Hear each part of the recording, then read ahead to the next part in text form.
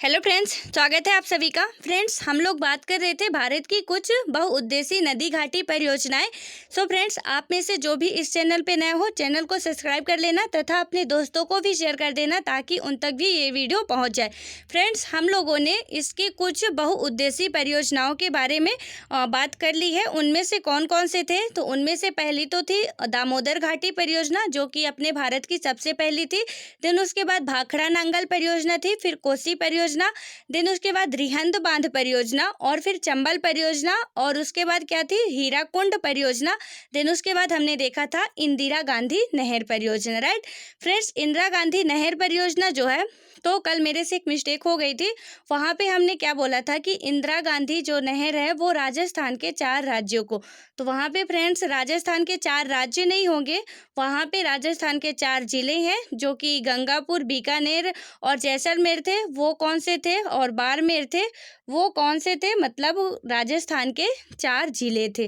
Right, तो ये जो इंदिरा गांधी नहर है वो राजस्थान के 4 जिलों को सिंचित करती है मुख्य रूप से। उनमें से कौन कौन से हैं? तो गंगानगर हो गया, गंगापुर हो गया, बीकानेर हो गया, जैसलमेर हो गया और बाड़मेर हो गया। राइट फ्रेंड्स, आज हम यदि नेक्स्ट परियोजना की बात करें तो उनमें से जो पहली परियोजना है, मतलब आज की जो पहली परियोजना है, तो हम बात करेंगे टिहरी परियोजना। सो फ्रेंड्स, आप लोग हेडिंग डाल लो, टिहरी परियोजना। राइट, टिहरी परियोजना जो है ये कहाँ पे बनाया गया है? टिहरी बांध तो उत्तराखंड राज्य के टिहरी नामक स्थान पर। राइट, यहाँ पे उत्तराखंड राज्य में एक टिहरी नामक स्थान है यहाँ पे। तो यहाँ पे क्या बनाया गया है? टिहरी नामक स्थान पर भागीरथी व भिलांगना नदी के संगम पर यह विश्व का सबसे ऊंचा चट्टान अपूरित बांध होगा। जो ये टिहरी बांध है वो विश्व का सबसे ऊंचा चट्टान अपूरित बांध होगा। राइट, यदि इस परियोजना में हम प्रथम चरण में बात करें तो इसमें 1000 मेगावाट तथा इसके द्वितीय चरण में 1400 मेगावाट, अर्थात कुल मिलाकर बात करें तो इसमें कितना होगा? 2400 मेगावाट बिजली का उत्पादन संभव हो सकेगा। राइट, इसमें विशाल जनसंख्या को जल आपूर्ति संभव हो सकेगी। ये बांध में, जो टिहरी बांध है उसमें से जितनी विशाल जनसंख्या है उनके लिए क्या हो सकेगा? जल आपूर्ति हो सकेगी। देन उसके बाद बात करें तो जो टिहरी परियोजना है तो ये यहाँ पे क्या है, 2.7 लाख हेक्टेयर कृषि भूमि की सिंचाई संभव होगी। राइट, यहाँ पे क्या होगा? 2.7 लाख हेक्टेयर कृषि भूमि की सिंचाई संभव हो सकेगी इस बांध के द्वारा। इस प्रकार यहाँ जो सूखे के प्रभाव को कम किया जा सकेगा। यहाँ का जो भी सूखा क्षेत्र है तो उसको क्या किया जा सकेगा? इस परियोजना के माध्यम से कम किया जा सकेगा। और बाढ़ नियंत्रण के साथ इस परियोजना से मत्स्य पालन एवं नहरी परिवहन भी हो सकेगा। राइट, मतलब कि यहाँ पे जो बांध बनाया जाएगा उससे क्या होगा कि बाढ़ का नियंत्रण तो होगा ही, और साथ में मत्स्य पालन मीन्स मछली पालन में और नहरी परिवहन भी क्या है, संभव हो सकेगा। राइट फ्रेंड्स, यहाँ पे एक विवाद चल रहा है टिहरी परियोजना पे।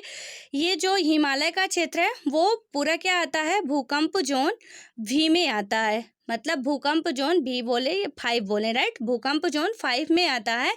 तो यहाँ पे क्या है, 8 या इससे अधिक तेज भूकंप रिएक्टर स्केल पर 8 या इससे अधिक भूकंप आने की संभावना बनी रहती है। जो ये हिमालय का क्षेत्र है तो यहाँ पे क्या होता है, रिएक्टर पैमाने पे बात कर रहे हैं हम लोग, तो रिएक्टर स्केल पर 8 या अधिक तेज भूकंप आने की हमेशा संभावना बनी रहती है। तो इसके में विवाद में बात करें तो यह भूकंप क्षेत्र के जोन भी में आता है। ये पूरा जोन यहाँ का क्या है? जोन भी है। राइट, जोन भी का मतलब है जोन 5 है। जोन 5 में आता है, जो कि भूकंप संभावित की दृष्टि से अत्यधिक संवेदनशील है एवं यहाँ रिएक्टर स्केल पर 8 से अधिक भी भूकंप तीव्रता हो सकती है। राइट, भूकंप की तीव्रता रिएक्टर स्केल के 8 से अधिक भी हो सकती है। देन उसके बाद नेक्स्ट पॉइंट की बात करें तो इस परियोजना से 22 गांव पूर्णतः एवं 76 गांव अंशतः डूब सकते हैं। यदि दुर्घटना इसकी होती है तो इससे 22 गांव जो है वो पूर्णतः यानी कि पूरी तरह से, और जो 76 गांव हैं वो अंशतः मतलब कुछ ही गांव क्या है डूब सकते हैं। इसमें 2500 हेक्टेयर कृषि भूमि नष्ट हो सकती है एवं 60,000 लोग विस्थापित हो सकते हैं। राइट, ये इसका मोटा मोटा हिसाब है, मीन्स आंकड़ा है कि जो है यदि इस दुर्घटना होती है इस मतलब इस बांध में भूकंप आने से, तो क्या हो सकता है कि 22 गांव तो पूर्णतः ही नष्ट हो सकते हैं, 76 गांव अंशतः डूब सकते हैं और 2500 हेक्टेयर कृषि योग्य जो भूमि है वो भी नष्ट हो सकती है और 60,000 लोग विस्थापित हो सकते हैं। राइट, देन नेक्स्ट पॉइंट की बात करें तो क्या है कि यद्यपि इस बांध की आयु 160 वर्ष अनुमानित की गई है, मतलब जो एक अनुमान लगाया गया है कि जो इस बांध की आयु होगी वो कितनी होगी, 160 वर्ष तक तो ये अच्छी तरह से चल सकेगा। परंतु क्या है कि इसमें गाद जमा होते रहने से बांध की आयु जो है वो क्या कर दी गई है, अब घटा दी गई है और कितनी कर दी गई है, 61 वर्ष। पहले 160 थी, अब 61 वर्ष की कमी आ सकती है। राइट, इस प्रकार बांध की लागत लाभ अनुपात में वृद्धि होगी। देन नेक्स्ट पॉइंट की बात करें तो जो पुनर्स्थापना व पुनर्वास हेतु पर्याप्त राजनीतिक व प्रशासनिक इच्छा शक्ति की भी आवश्यकता इसमें पड़ सकती है। देन उसके बाद बांध की जो ऊंचाई को कम करने के संभव में जो विवाद चल रहा है, तो बांध समर्थकों का क्या कहना है कि इससे विद्युत उत्पादन में कमी आएगी। इसके अतिरिक्त इस परियोजना में अब तक 400 करोड़ रुपए खर्च हो चुके हैं। राइट, कुछ लोग मतलब इसमें ये बात कर रहे हैं कि इस परियोजना को अब नष्ट कर दिया जाए। तो फ्रेंड्स इसमें क्या हुआ है कि जो है 400 करोड़ रुपए खर्च हो चुके हैं, अतः जो है इसे अवरुद्ध करना अब क्या है हमारे लिए समझदारी नहीं होगी। राइट, तो फ्रेंड्स इसमें से आप याद रखना कि ये जो टिहरी बांध है वो भूकंप जोन 5 के अंतर्गत आता है। राइट, तो फ्रेंड्स अब हम नेक्स्ट भी उसमें बात करेंगे। नेक्स्ट हेडिंग डालो आप, आई थिंक ये आपको सारा समझ में आ गया होगा। नेक्स्ट हेडिंग आप क्या डालोगे, सरदार सरोवर परियोजना। राइट, तो सरदार सरोवर परियोजना की बात करें तो ये 4 राज्यों, कौन कौन से राज्यों में है, तो मध्य प्रदेश, गुजरात, महाराष्ट्र और राजस्थान की संयुक्त परियोजना है जो सरदार सरोवर परियोजना है। और सरदार सरोवर बांध परियोजना की आधारशिला कब रखी गई थी, तो सरदार सरोवर बांध परियोजना की आधारशिला जो थी वो कब रखी गई थी, 5 अप्रैल 1961 को। किसके द्वारा रखी गई थी, तो ये पंडित जवाहरलाल नेहरू के द्वारा रखी गई थी। राइट, ये सारी बातें आपको डिटेल से पढ़ना फ्रेंड्स बहुत ज़रूरी है, इसलिए आपको हम सारा कुछ डिटेल से समझा रहे हैं। राइट, तो यहाँ पे क्या था, 5 अप्रैल 1961, ये आपसे क्वेश्चन पूछ लिया जा सकता है। 5 अप्रैल 1961 को इसकी आधारशिला रखी गई थी और इसके यदि तत्काल किसके द्वारा इसकी इस आधारशिला रखी गई थी, तो वो कौन थे, भारत के पहले प्रधानमंत्री पंडित जवाहरलाल नेहरू के द्वारा रखी गई थी। राइट, इसके नेक्स्ट पॉइंट पे बात करें हम तो ये जो है क्या है, मतलब सरदार सरोवर परियोजना मध्य प्रदेश, महाराष्ट्र, गुजरात व राजस्थान की संयुक्त परियोजना है। राइट, जो नर्मदा व उसकी सहायक नदियों पर बनाई जा रही है। यहाँ से कौन सी नदी प्रवाहित होती है, नर्मदा नदी प्रवाहित होती है, वो यहाँ आके अरब सागर में गिरती है। तो नर्मदा एवं उसकी सहायक नदियों पर ये बांध का निर्माण किया जा रहा है। सरदार सरोवर बांध भारत की सबसे बड़ी जल संसाधन परियोजना में से एक है। जो जितनी भी भारत की सबसे बड़ी जल संसाधन परियोजनाएं हैं उनमें से वो एक है। यदि बात करें तो इस परियोजना में कुल 30 बड़े बांध, 135 मध्यम बांध व 3000 लघु बांध बनाए जा रहे हैं। राइट, कितने, 30 बड़े बांध हो गए और 135 मध्यम बांध और 3000 लघु बांध बनाए जा रहे हैं। 30 बड़े बांधों में से 6, यदि इनमें बड़े बांधों में से इनको भी डिवाइड करें तो जो 30 बड़े बांध हैं तो उनमें से 6 बहुउद्देशीय, 5 जल विद्युत तथा 19 सिंचाई परियोजनाएं हैं। राइट, और इसके नेक्स्ट में बात करें तो जो इन मुख्य बांधों में 10 नर्मदा नदी पर, कौन कौन सी, कुछ नर्मदा नदी पर है, कुछ इनकी सहायक नदियों पर है। तो इनमें से 10 बांध जो है वो नर्मदा नदी पर है। राइट, अकेले 10 बांध कहाँ पे है, नर्मदा नदी पर है। वह 20 उसकी सहायक नदियों पर बनाए जा रहे हैं। नर्मदा नदी की कुल अपवाह क्षेत्र का 86%, जो क्या है, नर्मदा नदी अपने भारत की बात करें तो नर्मदा नदी भारत की 5वीं सबसे लंबी नदी है, राइट।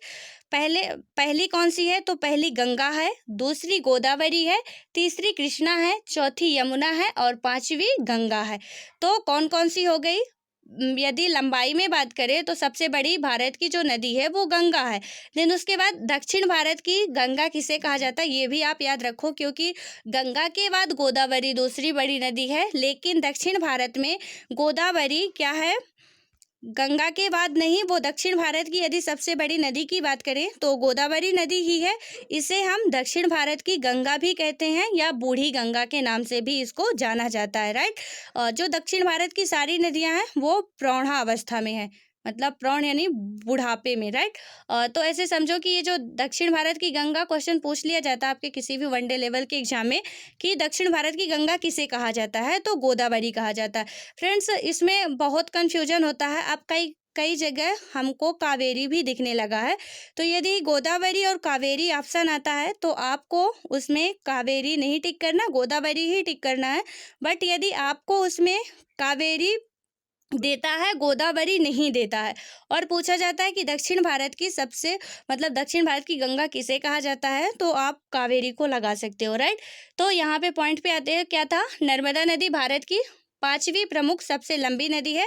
तो 5वीं में आप लिखना हो तो लिख सकते हो कि पहली गंगा है, दूसरी गोदावरी है, गंगा गोदावरी, और फिर उसके बाद है कृष्णा, यमुना तथा नर्मदा है, राइट।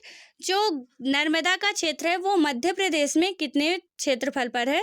तो जो हमारी नर्मदा नदी है वो 86% भाग इसका कहाँ पे है? मध्य प्रदेश में, तथा 12% इसका महाराष्ट्र में और 2% इसका गुजरात में है, राइट। तो जो ये नर्मदा नदी है इसका 86% भाग तो मध्य प्रदेश में है, कुछ भाग इसका मीन्स बोले तो कितना, 12% महाराष्ट्र में है। ये महाराष्ट्र का यहाँ से कुछ भाग है, और कुछ भाग इसका 2% भाग जो है वो गुजरात में है, राइट।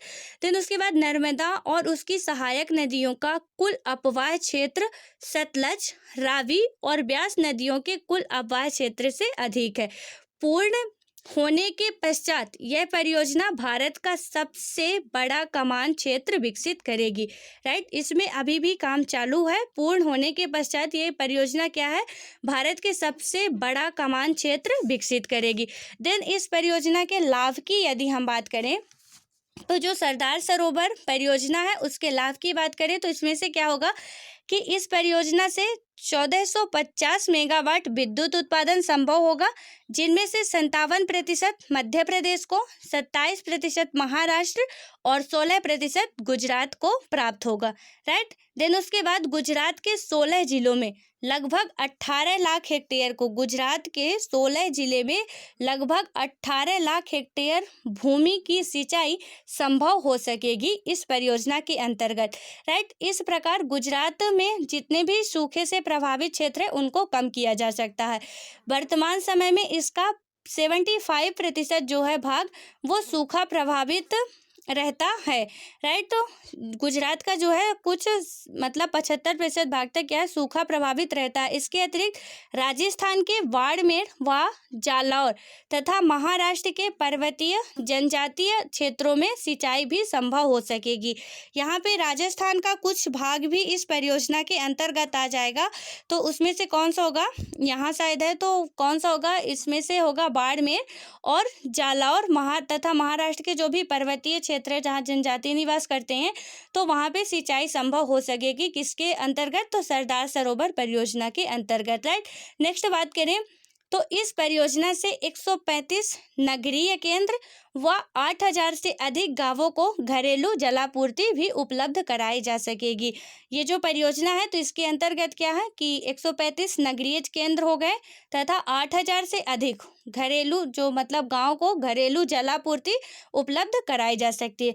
फ्रेंड्स, इसमें से आप नोट डाल के, यानी कि ये नोट डाल के आप लिखो कि 17 सितंबर 2017 को 17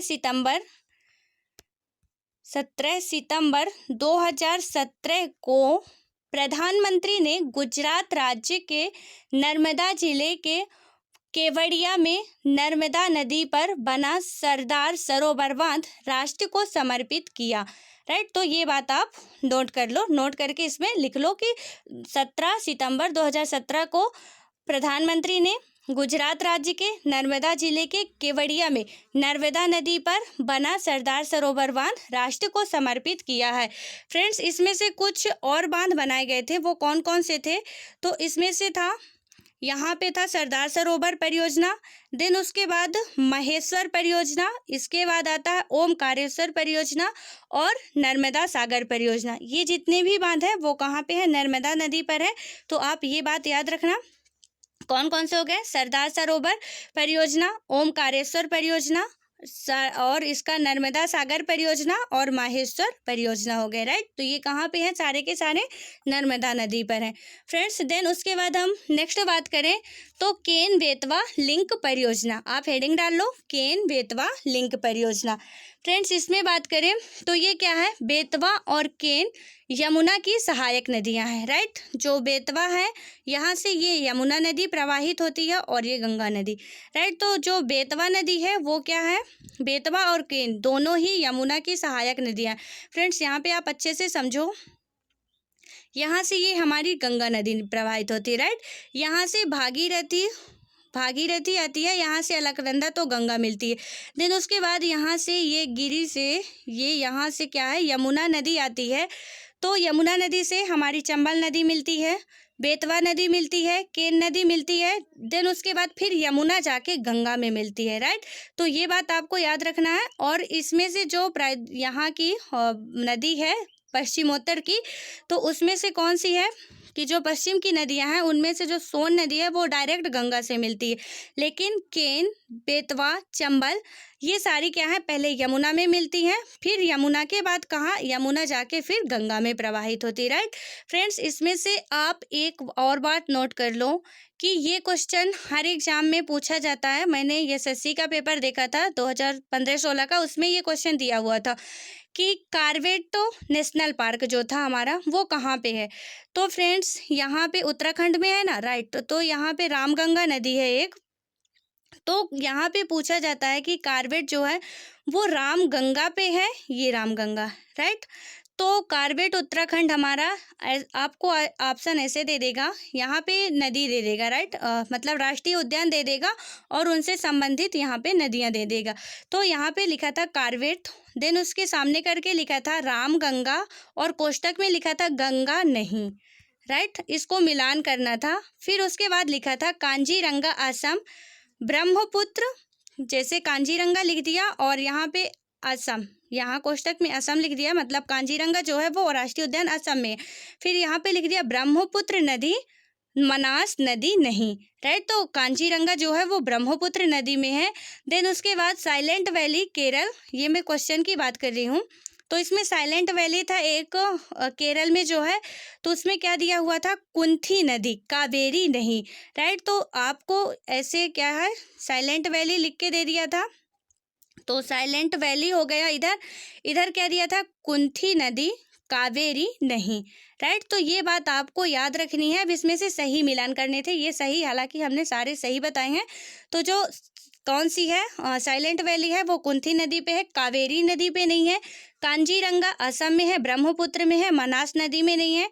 और कार्बेट उत्तराखंड में है, रामगंगा नदी पर है, गंगा नदी पर नहीं है। राइट, सो फ्रेंड्स, इस बात से आप कंफ्यूज मत होना यदि आपके सामने ऐसा क्वेश्चन आता है, क्योंकि यहाँ से ये गंगा भागीरथी अलकनंदा के मिलने से गंगा बनती है, लेकिन यहाँ से रामगंगा आती है तो गंगा में ही मिल जाती है, लेकिन उत्तराखंड से यहाँ से रामगंगा प्रवाहित होती है। राइट, तो आप इस बात से कंफ्यूज नहीं होना। देन उसके बाद हम पॉइंट पे आते हैं। तो जो कहाँ सॉरी फ्रेंड्स, ये दोनों नदियाँ जो थी वो कहाँ थी? दोनों नदियाँ मध्य प्रदेश और उत्तर प्रदेश में बहती हैं। राइट, कौन कौन सी? केन और बेतवा नदी है। इसमें से क्या किया गया है? केन बेतवा परियोजना में इसमें से मतलब कि नदियों को, दोनों नदियों का जल क्या है? मिलाया गया है, ताकि इसके जो भी विवादित क्षेत्र हैं तो वो ख़त्म हो सके और कई क्षेत्रों को इसका लाभ मिल सके। यदि बात करें तो इसकी आधारशिला कब रखी गई थी, तो जो केन बेतवा लिंक परियोजना है तो इसका जो शुभारंभ किया गया था वो 25 अगस्त 2005 को किया गया था, राइट। इसका आधारशिला आप डेट लिख लो, 25 अगस्त 2005 को किया गया था। प्रायद्वीपीय नदी की विकास योजना के अंतर्गत किया गया था, राइट। अमृत क्रांति के नाम से शुरू की गई थी। ये जो परियोजना थी वो किसके नाम से शुरू की गई थी, तो अमृत क्रांति के नाम से शुरू की गई थी, राइट। अमृत क्रांति के नाम से शुरू की गई थी। देन उसके बाद नेक्स्ट पॉइंट की बात करें तो यह परियोजना देश की प्रमुख नदियों को जोड़ने की दिशा में एक सफल पहल है। यह अन्य राज्यों को अपने जल विवाद निपटारे हेतु प्रेरित करेगी, जैसे कि उत्तर प्रदेश व मध्य प्रदेश की इस संयुक्त परियोजना में केन व बेतवा नदियों को जोड़ा जाएगा, राइट। जिससे क्या होगा कि दोनों राज्यों के पानी की कमी वाले कई क्षेत्रों को पेयजल व सिंचाई के लिए पर्याप्त जल उपलब्ध हो सकेगा। देन उसके बाद इसका जो है 4,263 करोड़ लागत की इस परियोजना में जो ये परियोजना है केन बेतवा लिंक परियोजना, तो इसमें कितना खर्च हुआ है, तो 4,263 करोड़ इसकी लागत हुई है। इस परियोजना से 8.81 लाख हेक्टेयर क्षेत्र में क्या होगी, सिंचाई होगी व 72 मेगावाट विद्युत उत्पादन होगा, राइट। दोनों नदियों को जोड़ने के लिए 73 मीटर ऊंचा कौन सा दौधन बांध व 231 किलोमीटर लंबी नहर तैयार की जाएगी, जो बेतवा नदी पर बने बरुआ सागर जलाशय में मिलाई जाएगी, राइट फ्रेंड्स। इसमें एक और आप नोट करो, मीन्स नोट डाल के, कि दिसंबर 2017 में जल संसाधन नदी विकास मंत्रालय द्वारा मध्य प्रदेश के आग्रह पर केन बेतवा लिंक के प्रथम चरण एवं द्वितीय चरण को मिलाने का फैसला किया गया है। तो ये नोट डाल के आप लिख लो, एक बार और बोल रहे हैं, दिसंबर 2017 में जल संसाधन नदी विकास मंत्रालय द्वारा मध्य प्रदेश के आग्रह पर, राइट, केन बेतवा लिंक के प्रथम चरण एवं द्वितीय चरण को मिलाने का क्या किया गया है, फैसला किया गया है। ये जो है केन और बेतवा लिंक परियोजना, यहाँ से ये आपको दिख रहा है, ये लिंक बना हुआ है दोनों नदियों के बीच में, तो कौन सी, केन और बेतवा के बीच में ये जो इसको जोड़ा जा रहा है, राइट, लिंक बना के। देन उसके बाद फ्रेंड्स इतनी रही आज की जो भी हमारी प्रमुख जो नदी परियोजनाएं थी, हमने इनको सारी डिटेल से पढ़ लिया है। फ्रेंड्स यहाँ पे और भी बहुत सारी नदी परियोजनाएं हैं, राइट, जो कि जैसे यहाँ जम्मू कश्मीर की नदी परियोजनाएं हो गई। कौन सी, ये क्वेश्चन ऐसे पूछे जाते हैं कि कौन सी परियोजना किस नदी पर है, हालांकि राज्य कम ही पूछे जाते हैं, लेकिन किस नदी पर है कौन सी परियोजना, तो ये ज़्यादा पूछा जाता है। जैसे भाखड़ा नांगल परियोजना किस नदी पे हो गई, टिहरी परियोजना किस नदी पे हो गई, और तुलबुल परियोजना दुल्हस्ती, ये सारी अपने कश्मीर की परियोजनाएं हैं, तुलबुल, दुल्हस्ती, किशनगंगा। और यहाँ पे उत्तराखंड की बात करें तो ये टिहरी परियोजना, तो टिहरी बांध है ही। देन उसके बाद जितनी भी ये परियोजनाएं हैं, सो फ्रेंड्स उसके लिए हम नेक्स्ट वीडियो लाएंगे, तो उसमें ये परियोजनाएं सारी जो भी बची हैं छोटी मोटी, तो उनको नदी तथा उनके राज्य और उन परियोजनाओं के बारे में बात करेंगे। सो फ्रेंड्स धन्यवाद, मिलते हैं नेक्स्ट वीडियो में, तब तक के लिए बाय बाय।